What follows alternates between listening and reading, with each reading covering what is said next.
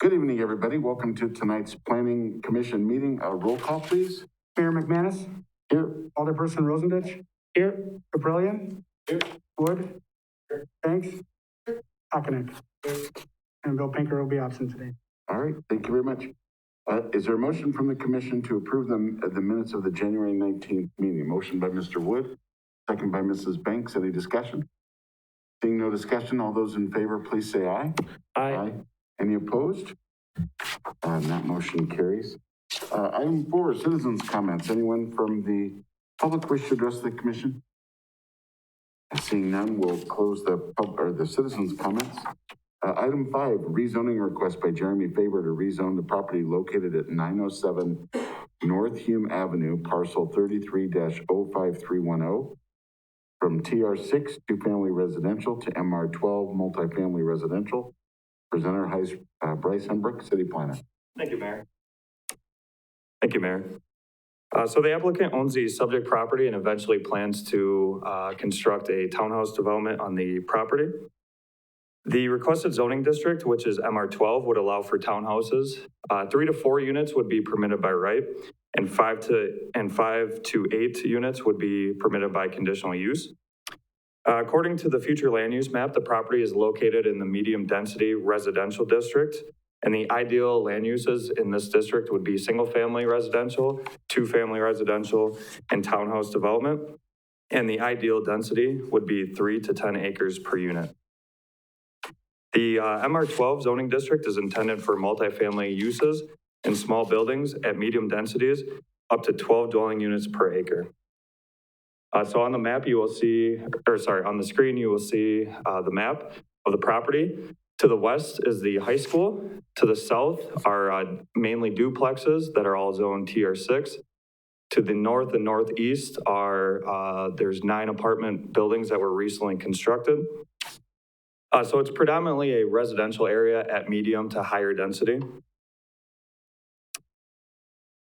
And then this is the future land use map that shows that this is the medium density, the subject property is located in the medium density district. However, there is institutional land uses to the west and then higher density residential to the north.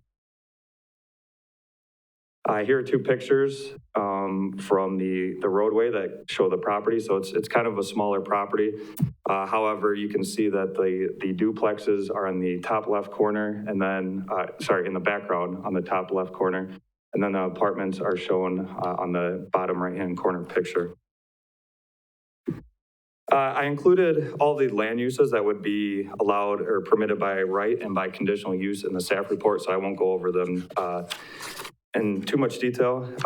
But when looking at the density, assuming a 4-unit development, which is the max number of units that would be allowed by right, the density for the subject property would be approximately 10.5 dwelling units per acre, and this would meet the recommended density for the site. It should be noted that although the applicant is planning to build townhouses, there's nothing set in stone, and that just because it's rezoned doesn't mean that there's a guarantee that townhouses could be constructed there. There could eventually be a single family, 2-family, townhouse, or even a multifamily, as long as it meets all the lot size requirements, setbacks, etc. Overall, the staff believes that this location is suitable for a smaller scale multifamily development and would fit in with the surrounding neighborhood. So with that, the recommendation would be to approve the rezoning request by Jeremy Faber to rezone the property from TR6 2-family residential to MR12 multifamily residential, and to direct staff to prepare an ordinance for common council consideration. Thank you. Thank you, Bryce. This item does require a public hearing. At this time, I'll open up the floor to members of the public who wish to address the commission regarding this request. Anyone from the public wish to address the commission? Second call, anyone from the public? Final call, anyone from the public wish to address the commission? Seeing no one, we will close the public hearing and entertain a motion to approve. Motion by Mr. Okenek, second by Mr. Wood. Any discussion? Please, Mr. Rosier. Thank you, Mayor. Typically we see kind of a design of some sort, what he's thinking he's going to do. Is there anything that he's offered to us of what So actually, structures might look like? so usually actually in rezoning, we don't require any site plans because as I mentioned, nothing's really set in stone. It's just looking at what would be allowed here. He originally wanted to do a 5-unit townhouse development.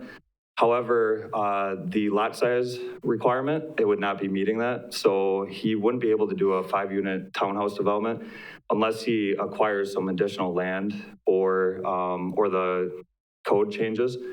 So yeah, we don't require any site plans just because we wouldn't be able to approve the site plan at a rezoning request. We would just be able to review if it's an appropriate zoning district in that location. So, Okay, thank you. so to answer your question, we don't have a site plan for it. Any other discussion from the commission? Seeing no further discussion, please, all those in favor, please say aye. Aye. Any opposed? Motion carries unanimous. Item 6, rezoning request by Marshfield Utilities to rezone portions of parcels 33-03542E, 33-03543, and 33-03526 from SR3 Single Family Residential to GI General Industrial. These parcels are proposed to combine with the parcel in which the Marshfield Utilities building is located, 2000 South Central Avenue, presented by Sunbrook City Planner. Thank you, Mayor. So Marshfield Utilities is planning to redevelop their office building and garage facility at their location along Central Avenue, which is located near the Wildwood Park and Zoo. In August of 2020, the city approved a conditional use permit for a large development facility. And one of the conditions was that the Marshfield Utilities work with city staff to try to combine some of the properties together to create one site and have one zoning district. As you'll see on the map, the office building is located where the gray color is, and the subject properties or the portions of the properties that are requested to be rezoned are shown in the hatched mark with the blue surrounding it. So essentially, the office building is located in the general industrial zoning district currently, and we're just requesting to be able to rezone the hatch mark into general industrial, and then a certified survey map can be approved to create one lot. Currently, there's 4 lots that run through the Marshfield Utilities property. The properties will all need to be rezoned to general industrial in order to continue to have an outdoor storage area, which the main parcel is already zoned appropriately. So the subject properties are identified in the future land use map as being in the Parks District, while the property that they are combining with is identified as transitional mixed use, which an office and garage space would be appropriate in this district.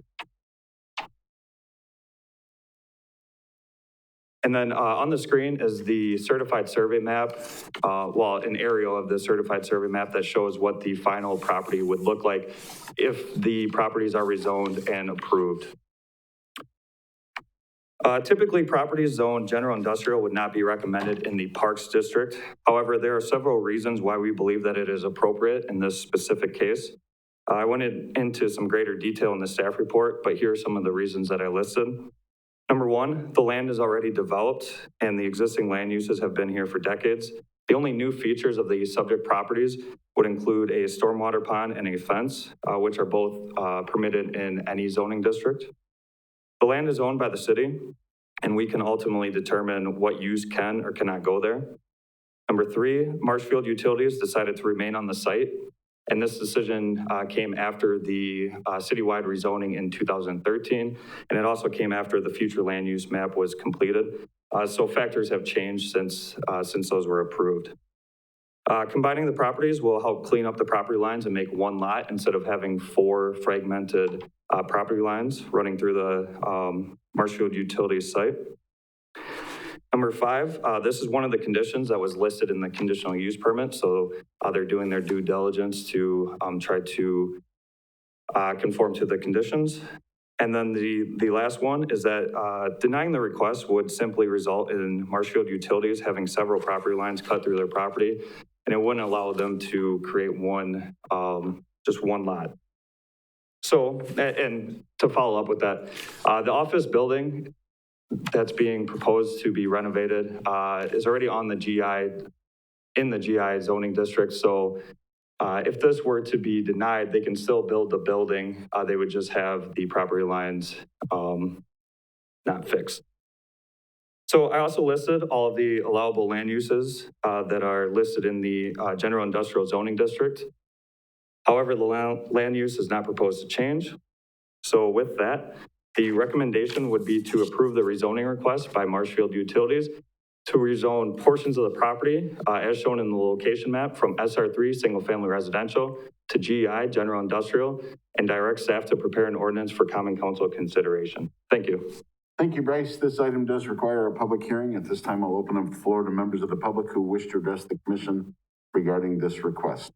Anyone from the public wish to address the commission? Second call, anyone from the public? Final call? Seeing no one, we will go ahead and close the public hearing and entertain a motion from the commission to approve.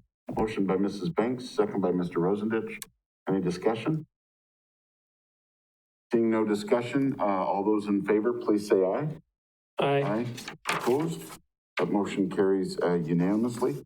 Item 7, master sign permit request by La Crosse Sign Group for the proposed quick trip to allow for 4 signs which require exceptions to Chapter 24, the Marshfield Sign Code, located at 2001 North Central Avenue, parcel 250-2603-333-0963, zone CMU, commercial mixed use. Presenter Emmett Simkowski. Thank you, Mayor. So the proposed Quick Trip site is located just north of the intersection of North Central Avenue and North Peach Avenue. Earlier last fall, they started scraping and doing site prep, and recently they have come to the city for building permits. Part of the permits is signage. Next slide. The site will include 27 signs, which include logos on canopies all the way up to exit signs and electrical rooms. 14 of those signs will require general sign permits, and 4 of these 14 signs will require exceptions to be permitted. Next slide. The 4 signs requiring exceptions are the 2 directional signs on the southeast entrance on North Peach, and then the pylon sign, and then a fuel sign, which is located also on the pylon sign. The directional signs will require an exception because it's only allowed 1 directional sign per entrance or exit, and they're proposing 2 signs. Staff is in favor of this exception because with the 2 entrances on a curve in the road, the signs will be clearly visible to northbound and southbound traffic, and the signs will also aid in separating truck traffic where the diesel pumps are located on the north portion of the parcel from the gas pumps. Because the sign is located 30 feet from the road itself, not necessarily, it'll be 5 feet from the right of way, staff does not anticipate or foresee a vision issue at the intersection. Next slide. The pylon sign also requires a height exception because for mixed use districts, pylon signs are allowed to be 24 feet high. They are proposing 25 feet tall. I scaled the rendering too, so you can see where 24 feet tall would be on the pylon sign itself. And then also on that pylon sign is the fuel sign. Fuel signs are allowed to be 10 square feet each per fuel sign for up to four fuel signs. So they're up to 40 square feet is allowed, and they're proposing 52. With that said, height and area standards in the sign code are based on a zoning district, not on what road they're on or amount of traffic. So with this sign being on North Central Avenue with the speed and amount of traffic given, this gives opportunity to see the sign at a greater distance away and allows drivers to prepare to stop. This intersection is also controlled by stoplights, and staff does not see an issue with vision clearances with this sign.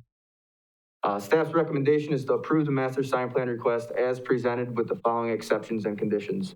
All the pro signage is allowed with exceptions to North Peach Avenue directional signs number 18 and 19. Allow 2 on-premise directional signs at the southeast entrance on North Peach Avenue.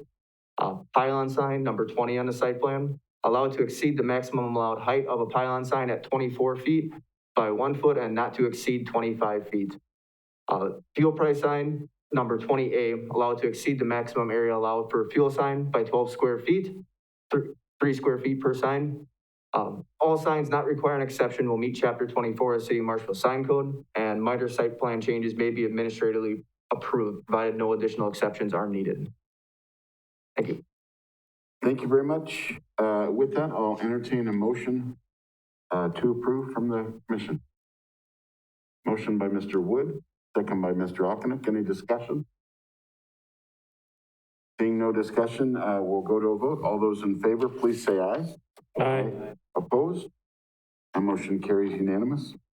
Item 8, review and discuss a proposed neighborhood concept plan for the McCall property, parcel 250-2603-331-0974, which is located to the north of Highway 97 and to the east of Thomas Nature Preserve and Wilderness View Drive, presented by Bryce Hembrook.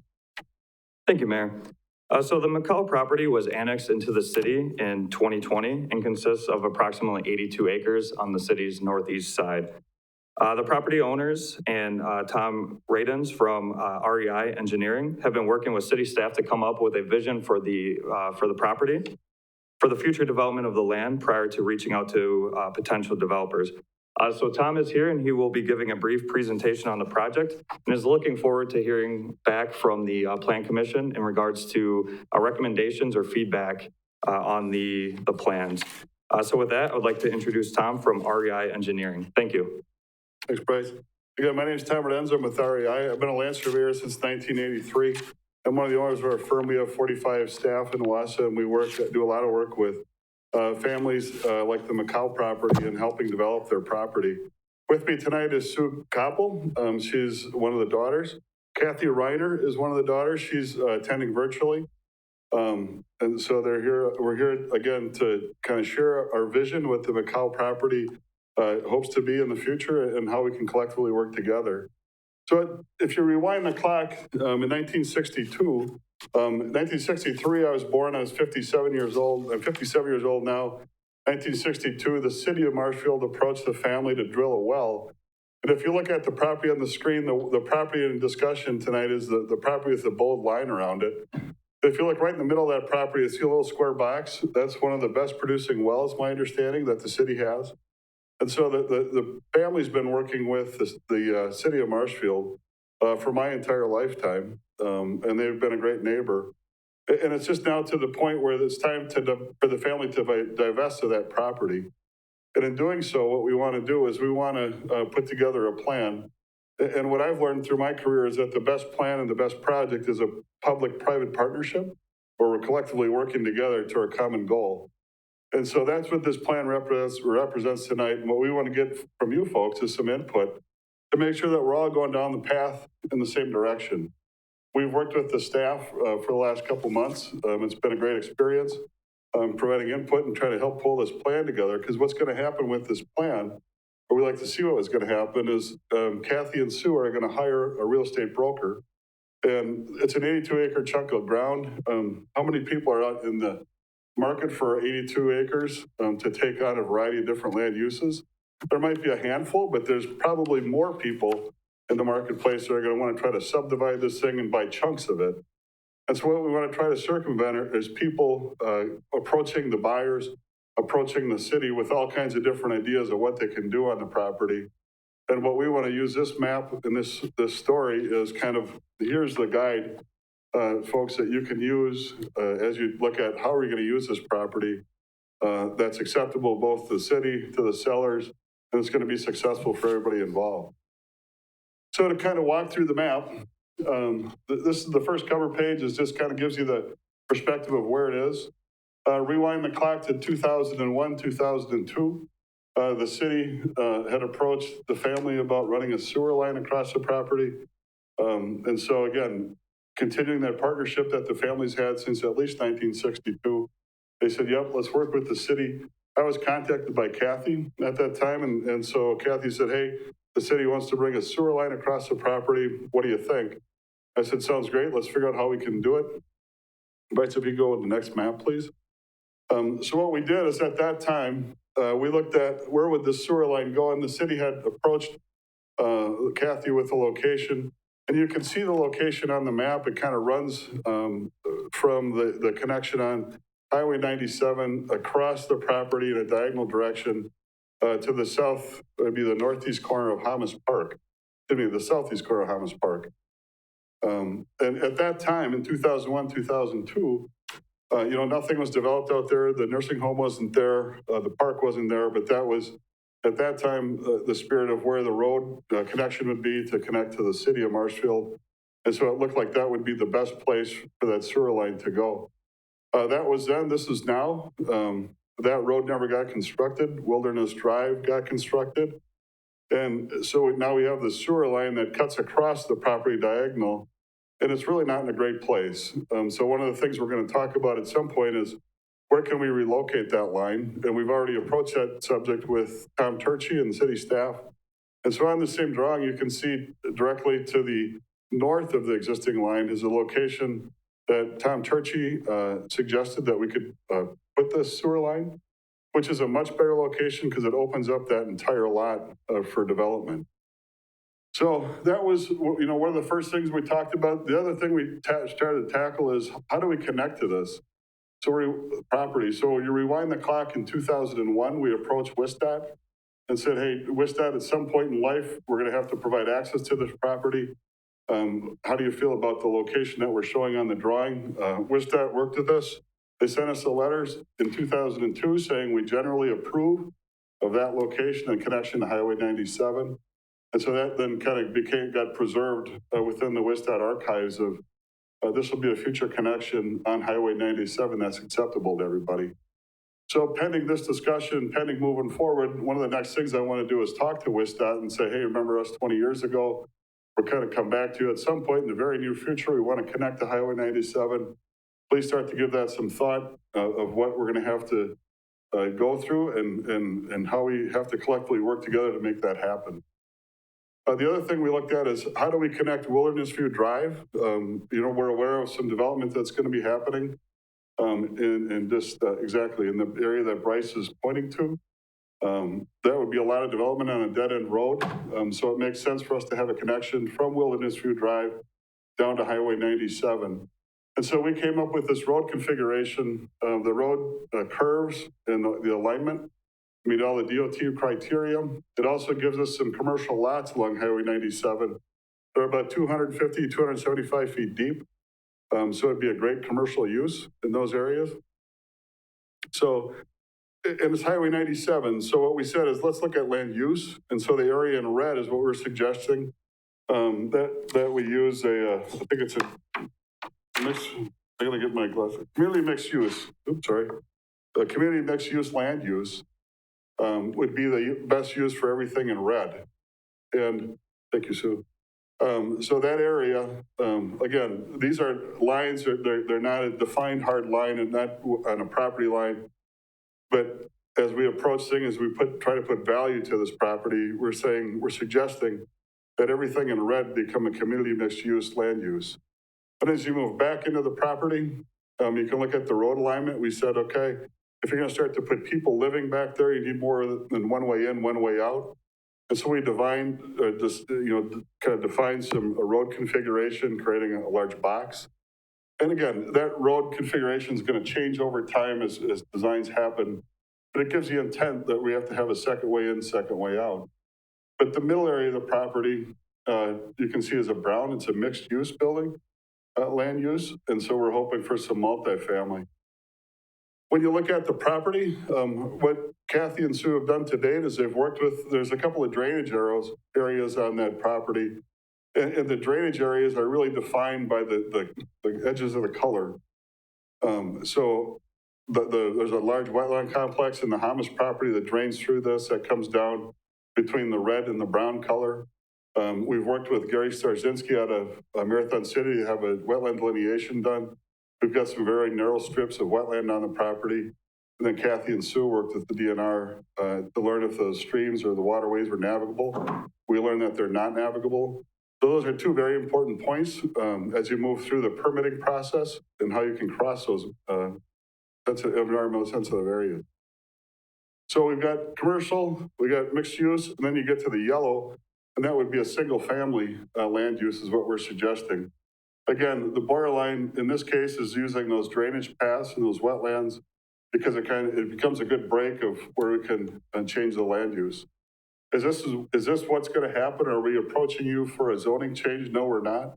But again, this is we're trying to shape a land use pattern and how people that approach Kathy and Sue on purchase of the property, that they walk into it knowing what it could do and how it could look on the property.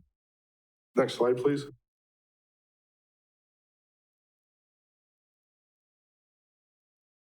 So what you have here is back in 2002, when the city ran the sewer line across, the sewer line goes exactly where we're showing the connection to Highway 97.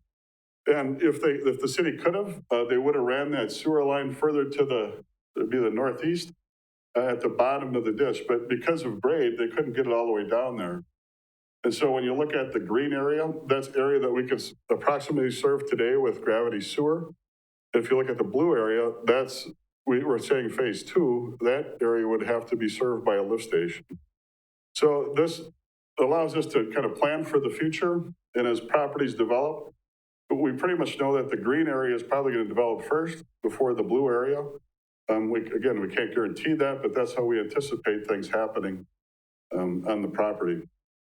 The other thing that I think is important to note is when you look at how things could develop, we had some discussion about bike ped and how do we bring people through here. So on the same map, we're identifying that could be a connection between the road infrastructure and the Hamas Park for a trail system, which would be a great benefit to the neighborhood.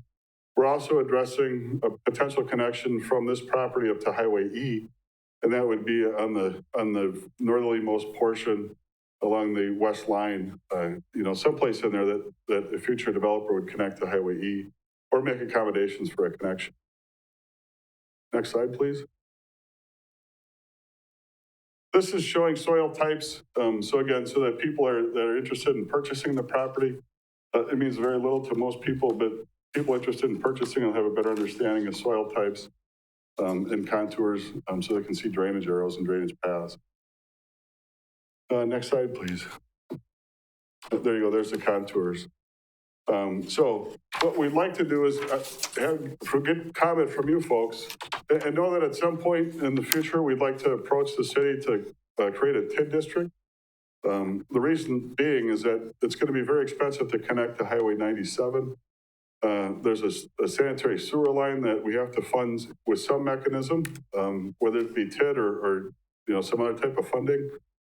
But just getting the infrastructure into the site is kind of the first hurdle in getting this land to develop and getting the growth of Marshfield to continue. So we'll be approaching at some point. Again, we're collecting thoughts and how this can shape today. We want to get a final map and a final report pulled together that if you'd like, we could bring it back and run it through Planning Commission and Council. And again, our goal is to get buy-in from you folks so as we move forward and people approach Kathy and Sue about purchasing the property, we're all going down the same path together. So that's my short sermon. If there's something, if there's some input you can provide, if you like the plan, you hate the plan, now's a great time to let us know. Comments from the commission? Mr. Ackerman. Just more of a question for Josh or Bryce. This currently is not in the city, correct? This would have to be annexed to? No, actually last March, it was annexed to the city, and earlier this year, or late last year, it was part of the sewer service area expansion. So this is all part of the sewer service area. That plan has yet to go to council, but it just got approved by the DNR. And I didn't even mention that to you guys yet, because I just found out that. So if the council approves that, then this whole property would be part of the sewer service area. So it's been kind of in the works to know that this is going to be developed. And if I could, I want to thank Tom and Sue and Kathy for their efforts here, because oftentimes we don't get a developer coming in willing to get feedback from the Plan Commission ahead of time. They usually have development ideas and then they want to get some approval done. Here they're doing it, I think, the right way. They've talked to some of the neighbors. They're here just kind of trying to get feedback from the Plan Commission before they go through their approval. So this is a great opportunity to talk about how we can do neighborhood planning and kind of our first blush at it. We don't really have a formal process to approve anything, so we're not really approving a plan per se tonight, but giving a kind of the blessing or providing feedback tonight is going to be helpful for them to move projects forward. The other question is, it's hard to see on the map, but the notch, that's kind of, right, kind of along the, I guess that would technically be the east boundary. There's like a little notch that comes off 97. Is that a home or? That's a single-family home. That was part of the family property that was sold at a later time. And that neighbor's been very cooperative, well aware of everything we're doing. Thank you. You beat me to my next question. Can I just ask, first of all, I'd like to thank you all for coming to the commission before and kind of filling us in. I mean, it really does go a long way. I just have a couple of questions. Right there off of 97, and I'm on slide number 2. Are you thinking that area there before it gets to looks like a street that you're going to be, would that be kind of commercial for business and whatnot? But you wouldn't want that to carry back into the development. That would just be kind of, is your idea to just have it there, or would it be that whole pink area? Well, potentially the whole pink area, and I guess what we would anticipate is, potentially an office type use. In a perfect world, if we could have retail, office, mixed use, single family, so you kind of transition through the neighborhood. None of us have a crystal ball, or we all share the same crystal ball. And we'll see how people approach the family. Again, and as different land uses approach, we'll have to work together to learn if it's a good fit, because what we don't want to do is we don't want to screw up the entrance to 80 acres. And we want it to stand out and be set up, the right tone. And so that whole pink area then would be commercial. Who knows what'll be there, but yeah, kind of fit that and then go back into residential. That's our goal. And then would you be looking more for, and I think you had it in the presentation, which was very good. Multifamily units in there as well? Are you looking at, do you think more single family or? I think the yellow could be a great spot for single family, and the brown could be multifamily. Okay. Where that separation or between the two, because I don't know that we want to go from commercial to single family. Maybe that. So it works, okay. That's why you work into a lower density. Got it. Any other questions from the commission? Please, Mr. Rosendahl. Thank you. I know we're talking about 80 acres, but how far deep is this for residential to the commercial? I mean, I own a single family home. I wouldn't want a commercial building within 6-7 blocks. I mean, are we talking, is it a mile back? Or, I don't know the distance. I'm not seeing that. Yeah, you're 80 acres, but. Your 6-7 blocks is about right. So if a block is about 300 feet, you could have about 900 feet to 1,000, 1,200 feet between the single family and the commercial. And again, depending on, this is based on the drainage lines.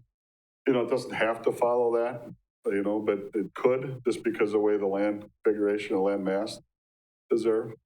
But, and you'd want to go with maybe an office use, as you get back closer to the residential. And that leads me to the next thing. Are there going to be any restrictions on the commercial use? Are we going to put anything in where it can't be this large of a building, or it has to be this certain size? I mean, you don't want somebody going to residential with a 5-story, 200,000 square foot building coming into their residential area. I don't know that we're in a position to put restrictions at this point. I mean, I think that's becomes part of the discussion of, let's see who approaches the family. It's a tough piece to develop because it's a big piece, right? If it was 10 acres, it'd be a lot easier. We're trying to tackle 82 acres. So there's a lot of different potential uses of it. And again, we have to work together to see what it does, because we can't screw up the back. Can't screw up the front, so we wreck the back, kind of mentality. How many dwelling units would you anticipate being able to fit back there? Well, if we do the math, let's say it's 40 acres and we have at least 3 dwelling units per acre. So you'd net maybe 120-ish or 100, because by the time you pull some streets out. So, in that ballpark, 100 to 130. Yeah, it depends on what the density of multifamily versus single family. Yeah, I'm just talking single family. So yeah, on the multifamily, you could have I think this is 24 living units per acre is what we're suggesting. Whether you'd get that or not, tough to say. A lot of housing. Yeah. Which is good. I need that. Yeah.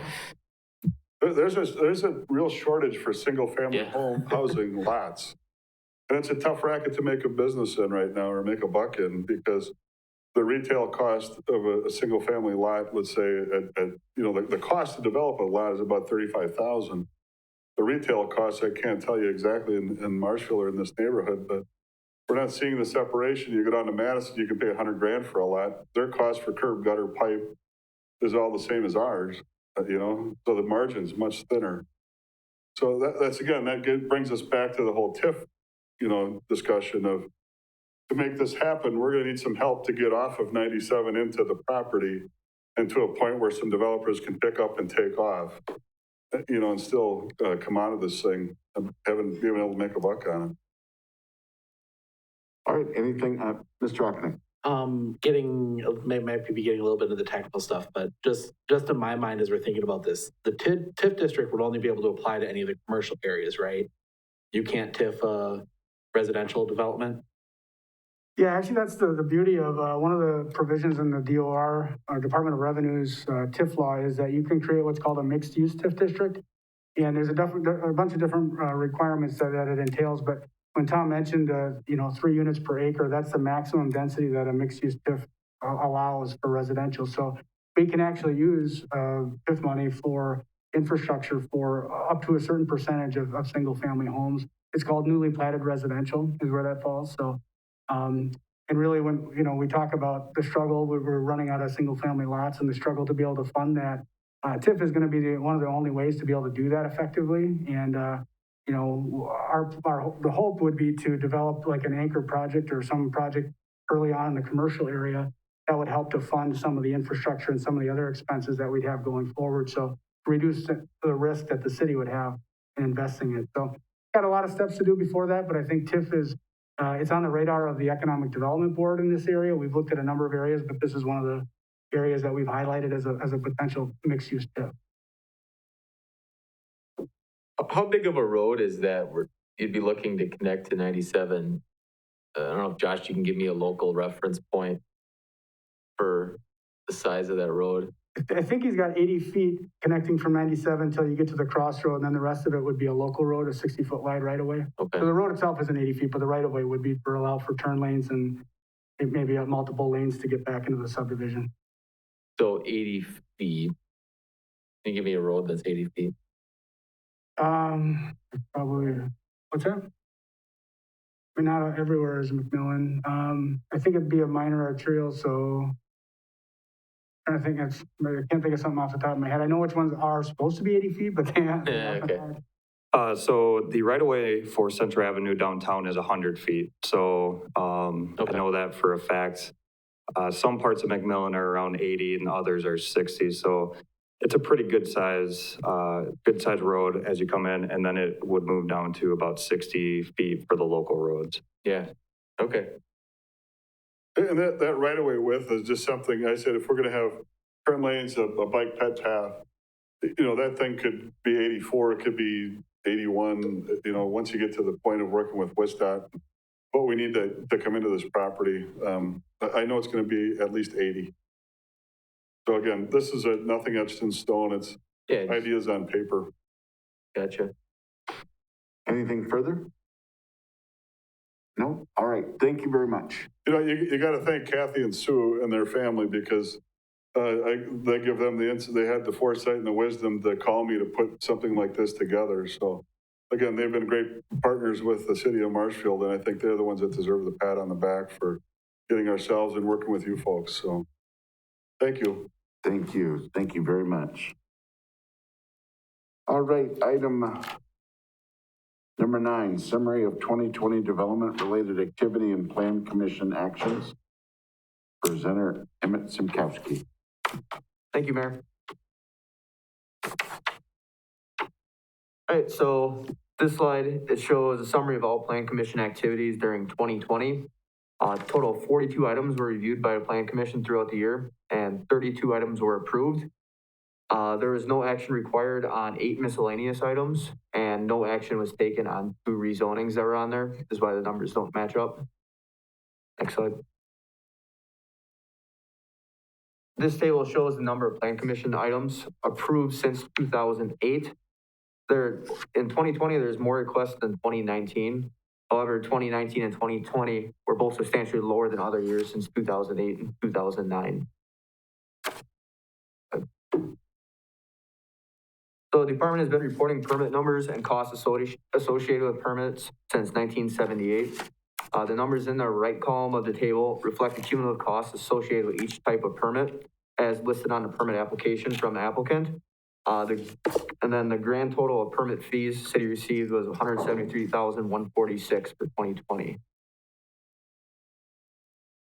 The top graph shows the number of 1 and 2 family dwellings in relation to the number of non-residential and multifamily.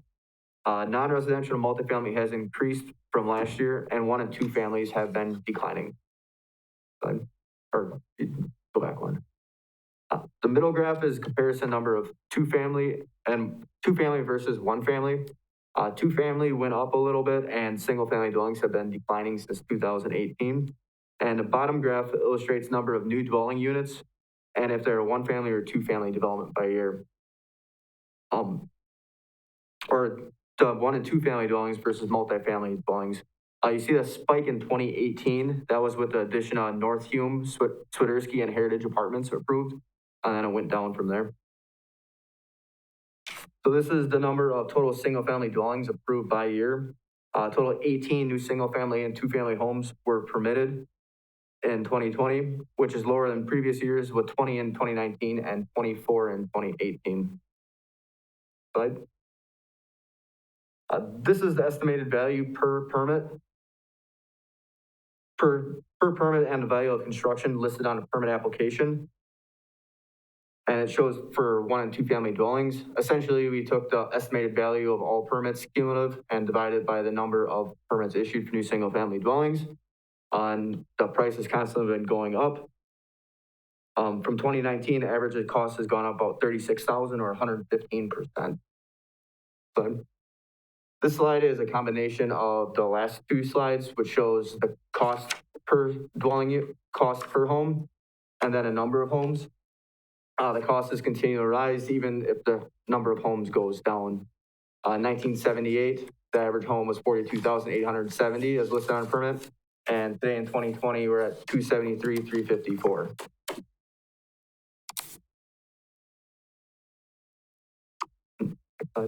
All right, any questions? I'd like to add too, if there's anything else you guys would like to see on these for annual reports or anything, let us know and we'll be willing to put up together whatever too. I really enjoyed reading it over the weekend and just seeing, because, you know, everything was COVID, but it seemed like in your department, things were still rocking and rolling pretty well. Yep. I mean, and that was impressive. Any comments or anything from the commission? There's a big Rosendich. spike, I mean, maybe this is around the housing market in 08, but there's a big spike in between 06 and 08, where it gets above 300,000. What's that related to? On that last slide, you see it just rising, and then, I mean, obviously it drops, but is that related to the Fannie Mae, Freddie Mac, all that kind of stuff around the recession, or? I would assume the relation is, I mean, the number of homes just drops and then the price of houses goes through the roof. So that would be a pretty good indicator of that. And I wasn't around in 2006, but there's also a lower amount of homes that were approved that year. So there's probably a good chance that there's also a subdivision, a newer subdivision, you know, with some higher priced homes where maybe there was a bunch that went in at one time. And so maybe that's also why the numbers might have skewed, but you know, there's a number of factors. Marshfield, correct? This is just the city of Marshfield. Correct. Permits we have issued. Right. Yeah, Josh. Yeah, Bryce, I think brings up a good point. That was right around the time Prairie Run went in, and those are some higher end duplexes, so that could have. That would make sense. Answer my question. Thank you. All right, anything further? Mr. Ockman. I guess I'm just kind of wondering, you showed how we've kind of dipped down on conditional use permits and some of that stuff over the last couple of years. is there a code change that did that, or is it just people aren't coming in with new odd things that require a conditional use permit?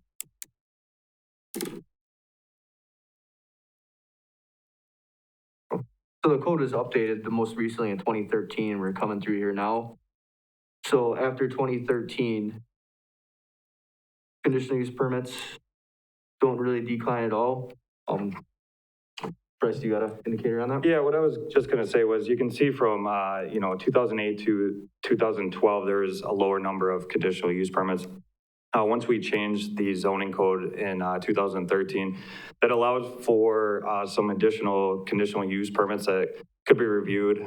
For example, one of our biggest ones are reviewing the garages. So we got an increase from that, I believe.